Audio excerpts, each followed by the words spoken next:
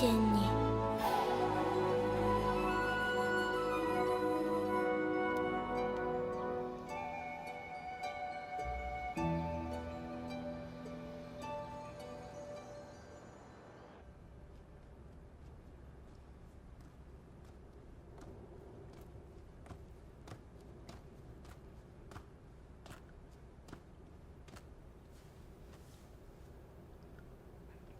你就是霍斗。本座不找你麻烦，你倒主动送上门来。早就听说火神祝融的部下有一名临阵叛逃的大将，被判到这锁妖塔来做看守，一直很好奇。今日终于得以一见。我看你是活得不耐烦了。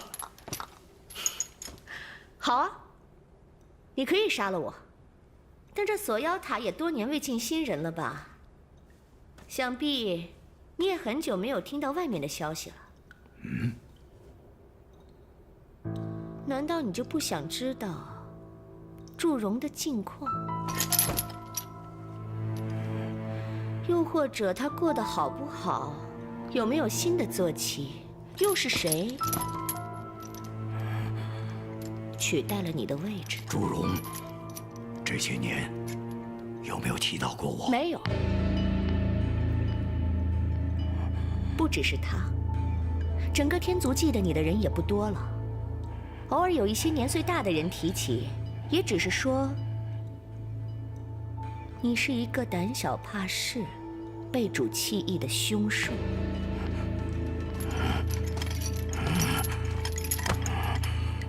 撒谎！我不是逃兵。哦，是吗？这个说法倒是头一次听说。你知道吗？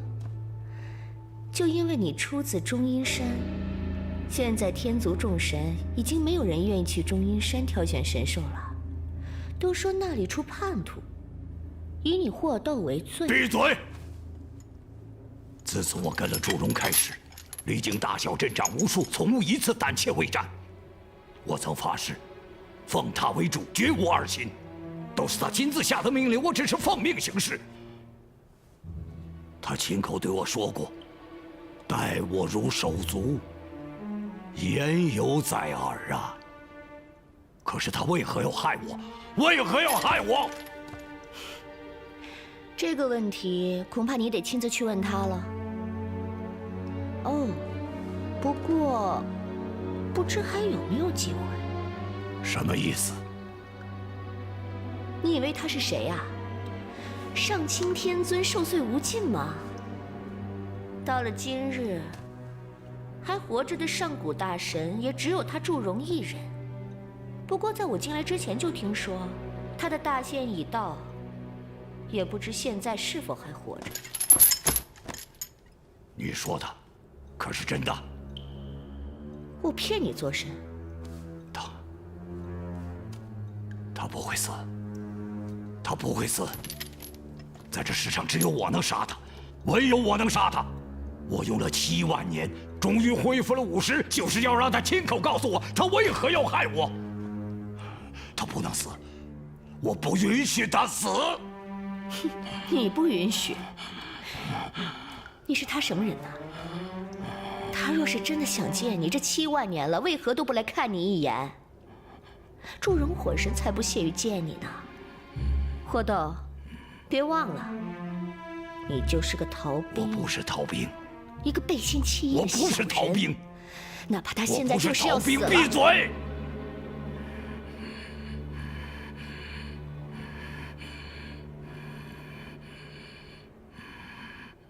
你若是真的想见他，就去撞翻那神农鼎，冲出锁妖塔，在他死之前，把话说清楚。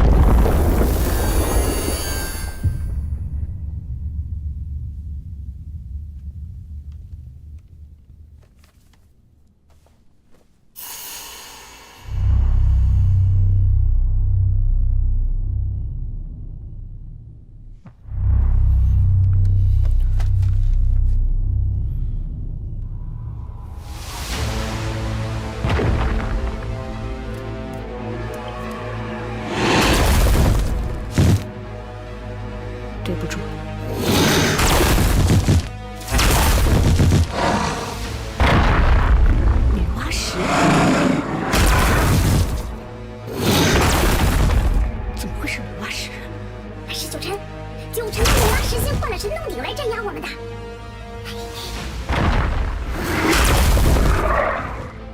笨蛋，撞啊！撞翻了我们就自由了。活动，撞啊！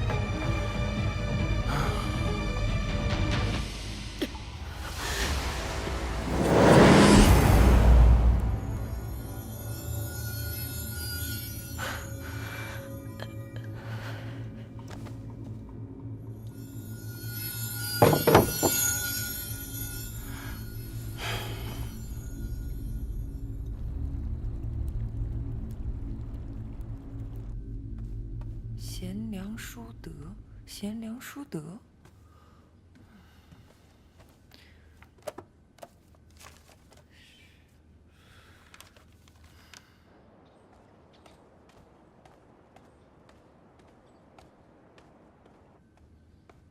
司命，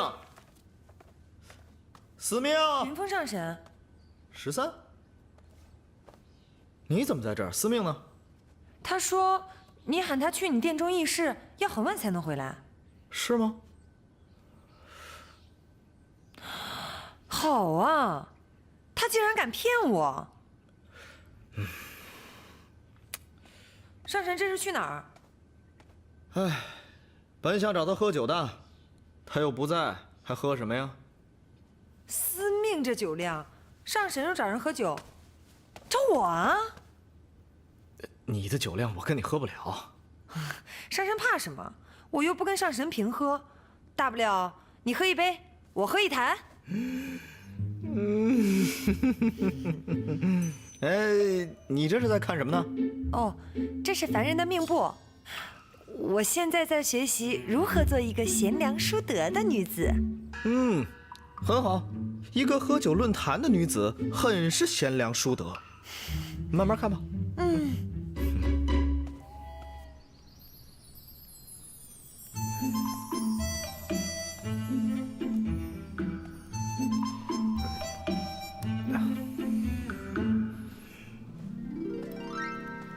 怎么受的伤啊？和云峰上神比试的时候，不小心碰了一下。哎，不慎误伤。哎，今天就你一个人在这儿吗？我爹他也在啊，你要找他吗？不，仙子就好，仙子就好。哎，青瑶医官呢？找他啊，他最近心情可不好了呢，小心他把他这只手给治废了。仙子，我这个伤严重吗？将军皮糙肉厚的，这样的伤呢，2、3日便可痊愈。不如不要浪费医药了。仙子说不用，那就不用了吧。师姐，神尊回来了，真的？你帮我照看他一下啊。哎，仙子，别叫了，人都走了。将军别动啊，小仙为您上药。青瑶医官，他干嘛去了？去了浮云殿，浮云殿定是神尊回来了。回来了。哎，青瑶，青瑶，你等等我！上神，这1个又走，2个又走，3个又走，别动，不用啦。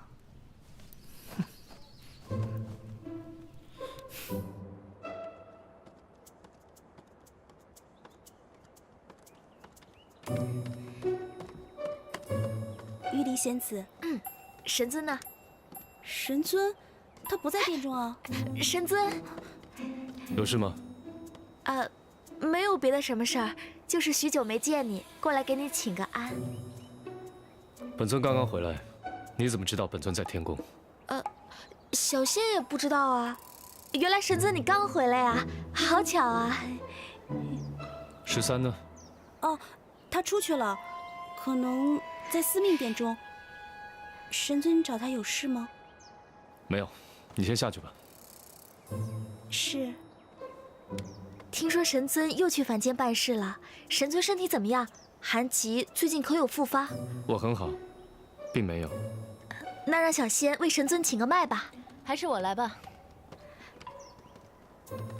神尊，小仙来为你请脉。多谢。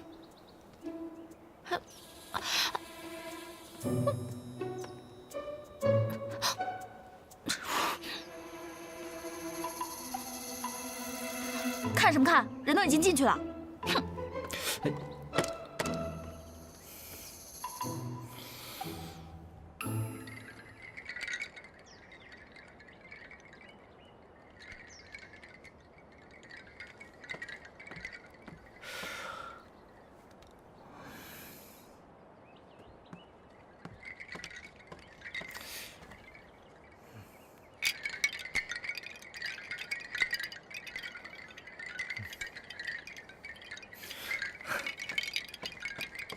整完了。怎么样啊？一切如常。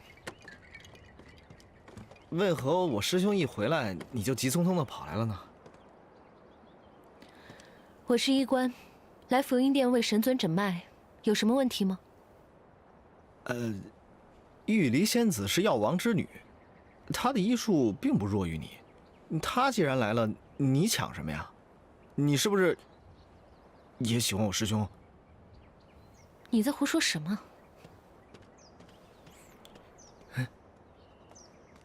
青瑶，青瑶，我不是那个意思。青瑶，青瑶，你等等我。我知道了，你是为了灵犀，不想看到那个玉离纠缠我师兄，对吧？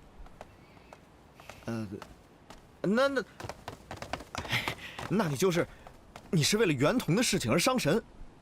不用的，我师兄跟我说了，他这个人心术不正，虽然他现在出来了，但是他安宁不了几天。我们只需要紧紧地盯着他，他自然会犯过错。而且，灵犀现在正在历劫，我们不宜节外生枝的。我知道，神尊与我说过了。那就好。一会儿，仙子可有事情吗？听说万灵院里新来了几只小灵兽，十分可爱。不若我陪你一起去看看？不必了。哎，那去我洞府坐坐可好？我那里有天君赐我的益寿茶，滋养仙体甚好。云峰上神，我很感激你和令师兄为我师妹所做的一切，我也很记你的情。不过，当年的事情，我已经放下了。你不必再花过多心思在我身上。哎，我为何这样？你难道不明白吗？既然你说你已经放下过去了，那你为什么不能接受别人呢？接受别人？比如我。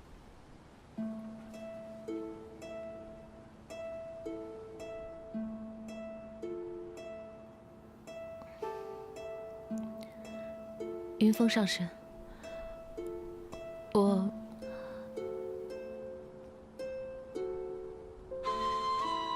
你心里还有那个人是吗？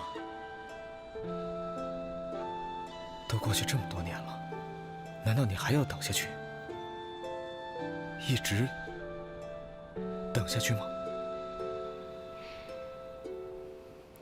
我没有在等别人，我也没有想过要接受任何人，我没这个心思，也没精神，先告退了。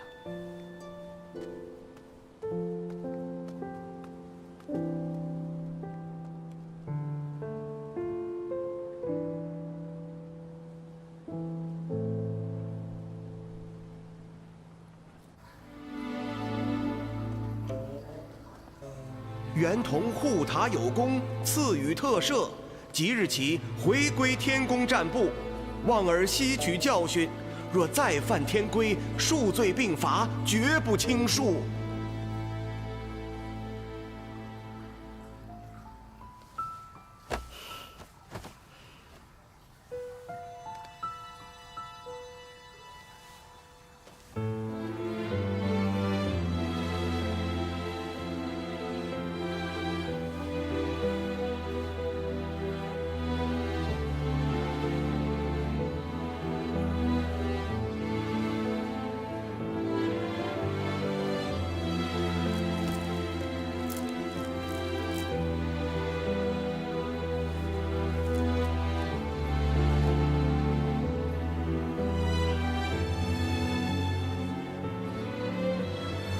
母亲，哥哥，袁同回来了。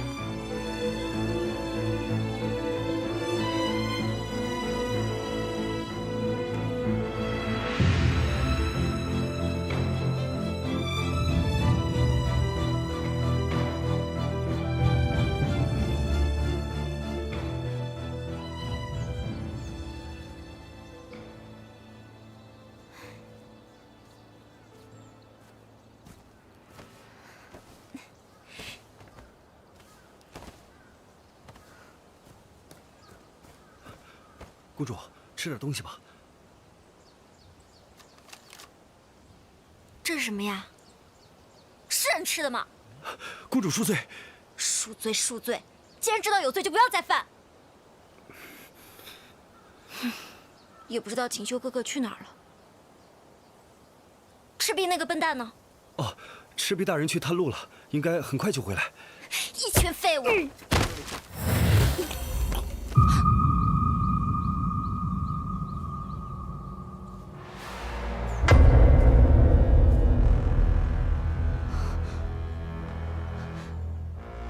你什么人啊？你要干嘛？来人！来人！公主快走！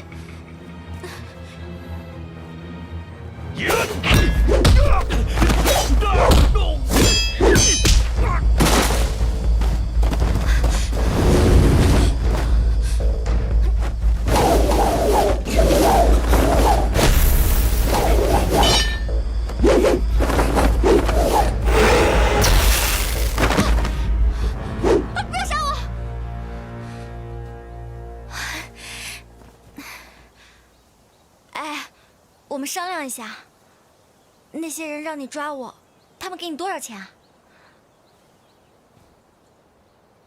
我给你10倍的价钱，只要你把我送回锦绣哥哥那儿，我保证你要什么金银财宝，他都会给你的。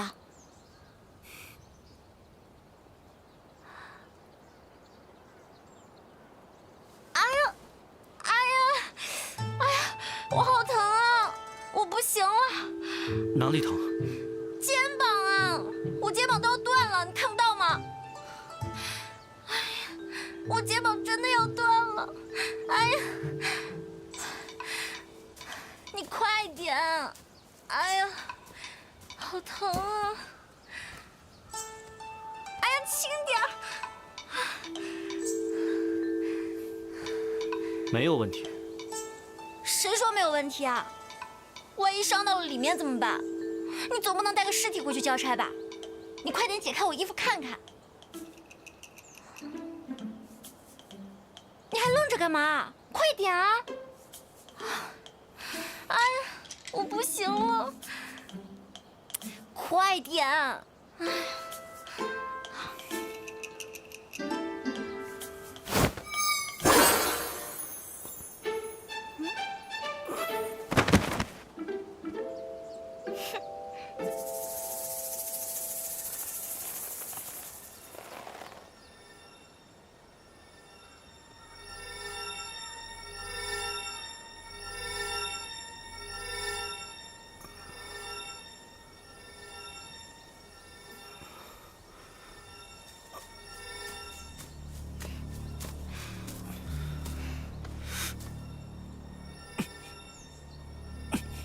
别动了，这绳子是我们山林族用来捆野兽的，专捆你这种小白猪，所以呀，你挣脱不开的。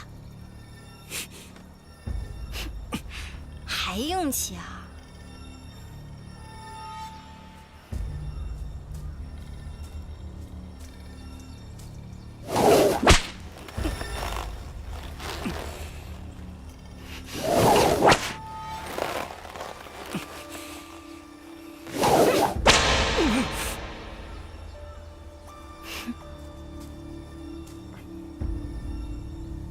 哟，破相了。不过没关系，反正你长得丑。我就不同了，我是要嫁给锦绣哥哥的。除了锦绣哥哥，谁都别想看我。你看了我的身子，所以我要把你的眼珠子给挖出来。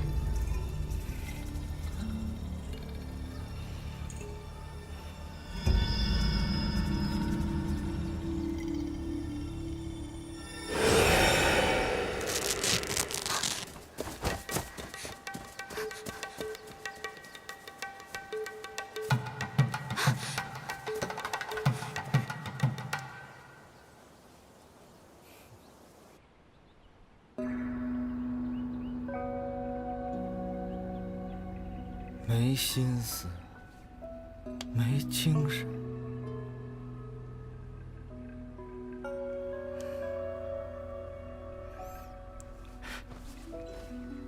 你没有，我有啊。今日感觉可好？好多了。拿回去一日3。青阳姑娘还忙着呢。大娘，好点了吧？怎么样？好点了吧？你们先坐一会儿。大娘，你怎么来了？青瑶姑娘，累了吧？先歇会儿，吃点东西吧。谢谢大娘。不敢当，不敢当，多亏姑娘了，我家老头子总算是保住了一条性命啊。那就好，行医救人本就是我的职责所在嘛。哎，这家里日子难，也没什么吃食，望姑娘莫嫌弃啊。已经很好了，大娘你先歇息会儿，我一会儿过来吃。哎，坐一下。哎，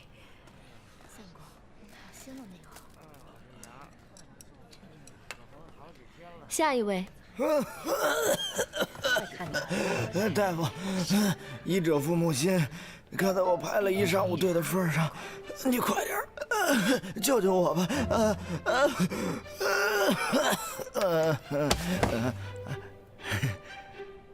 惊不惊喜？你怎么来了？我去桃林找你了，没找着。程燕说你来凡间了，所以我就追过来找你了。大夫，我是来找你看病的，我真的病得很厉害，快帮我瞧瞧吧！啊，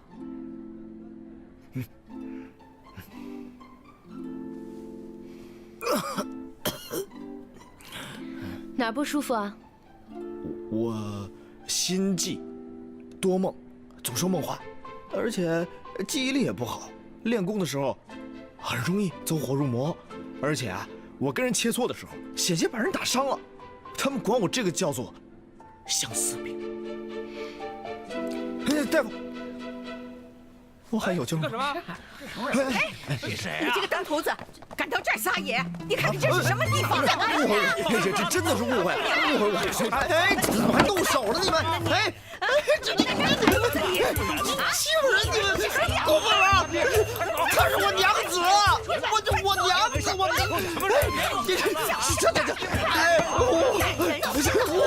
别，大哥，哎呦，大娘，快滚！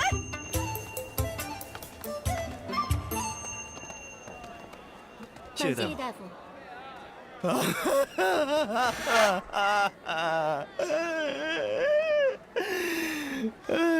你怎么还没走啊？没想到我们堂堂云峰上神，居然很有今天啊！你刚刚怎么不帮我啊？你不是有法力吗？你可以还手啊。我要说吧，找我什么事？不会是又来讨打的吧？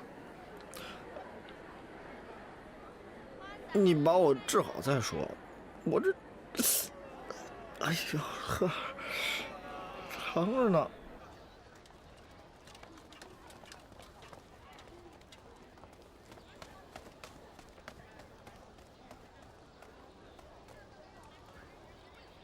带我来这儿干嘛？见一个人，什么人？一个老朋友。你还真是交友广阔，连凡间都有熟人。是啊，都认识5万年了。你看，他来了。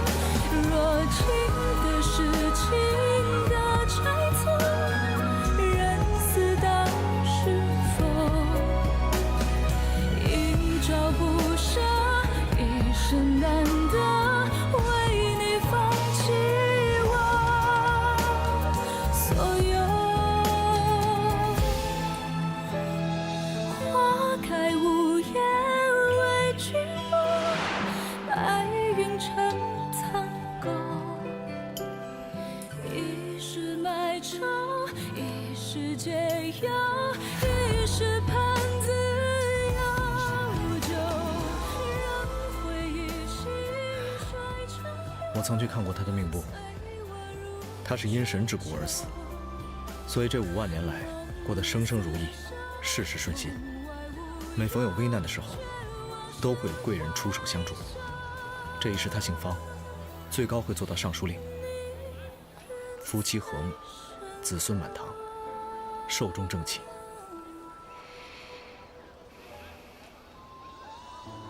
你要不要去打个招呼？不必了。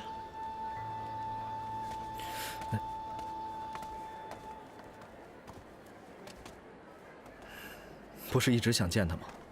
既然见着了，为什么不上去说2句话呀？有什么好说的？他早就不记得我了。你我是神，想让他记起以前的事情的话，并不难。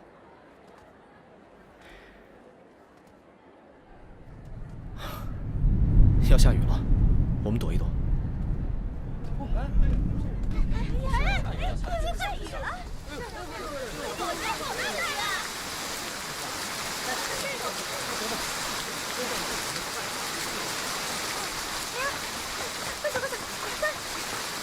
小心啊！快点，夫人。夫人，你没事吧？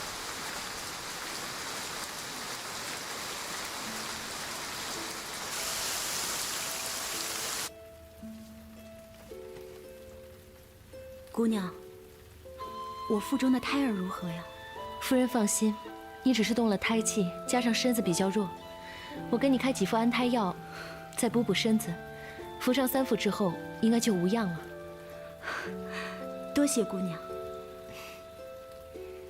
我和夫君相伴多年，一直都没有孩子。夫君虽然嘴上不说，可每每看到别人家的孩童，都很是欢喜。我曾多次劝他纳妾，可他偏偏不肯。这个孩子，对我们真的很重要。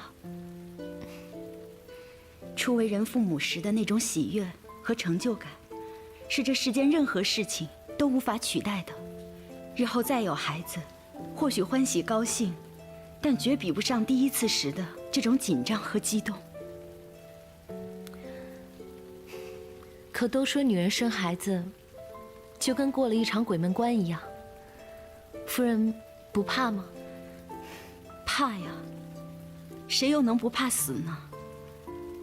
姑娘，你一定没有成家，也没有心仪的人吧？此话怎讲？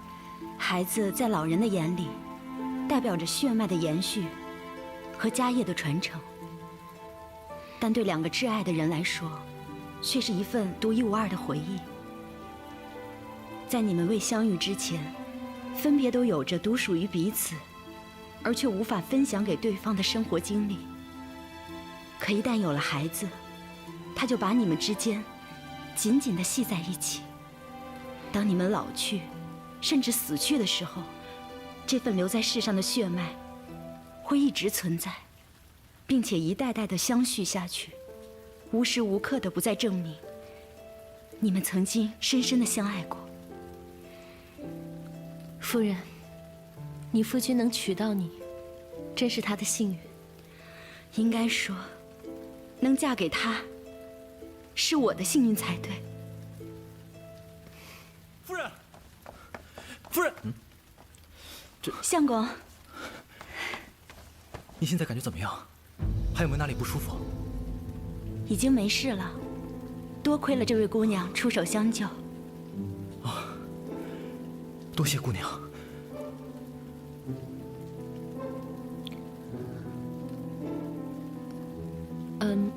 那我先去给夫人抓药了。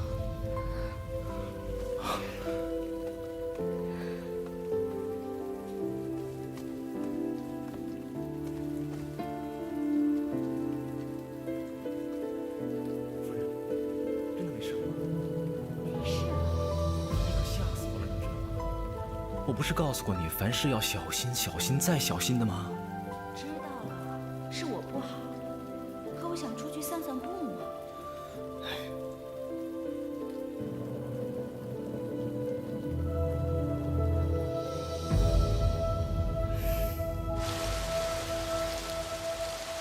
说起来，一切都很寻常，就像这世间大多数寻常的夫妻一样，远没有司命编的那么波折离奇。我下凡历劫，没有了法力，也失去了记忆，只是这世间寻常的一名女子。父母谈不上恩爱，但也相敬如宾。直到15岁那年，我遇见了他。他是我父亲同僚的儿子，刚从老家回来，与我同岁，两家人便定了亲。选了个日子，就成亲了。成亲的当天，他掀开我的盖头，愣了半天，说：“呀，原来你长这样。”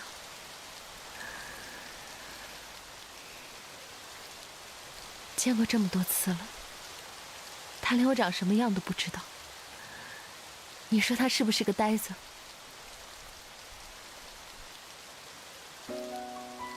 我娘说他是读书读傻了，一点都没说错。后来他父亲出了点事，丢了官，他也屡次科举都考不上，日子虽然过得清贫些，但他画工很好，我们靠着写字卖画，日子也能过得下去。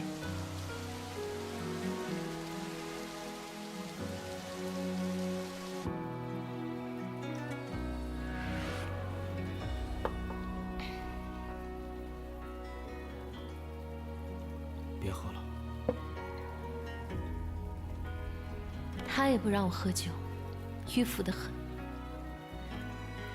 又爱唠叨。手无缚鸡之力，十足的一个弱书生。除了粥煮的好喝，我就没发现他有什么别的优点了。你说，我喜欢他什么？可能你就喜欢他煮粥好喝吧。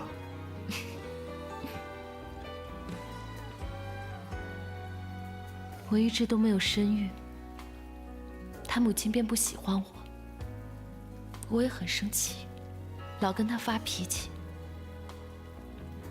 他也不生气。凡间的日子就是这样，柴米油盐磕磕碰碰，偶尔为了一点鸡毛蒜皮的小事，就打得鸡飞狗跳的，一转身又忘了。如果不是那场突如其来的大水，可能我跟他就一辈子一起这样慢慢的变老了。我跟他在一起10年，这10年就像做了一场梦。可是我活了7万年，却发现好像只有梦里的这10年，我才是真正活着的。那一个人带着无谓的口吻，要一句可能。想念的满通往万劫不复的迷魂阵。叫人心疼，叫人落魄又失魂，我都愿意忍。爱忙得很，情涌而下的认真。这5万年的心结，果然是。有温柔来自云层。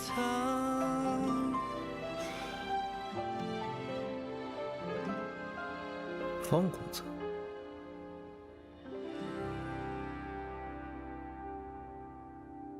煮粥。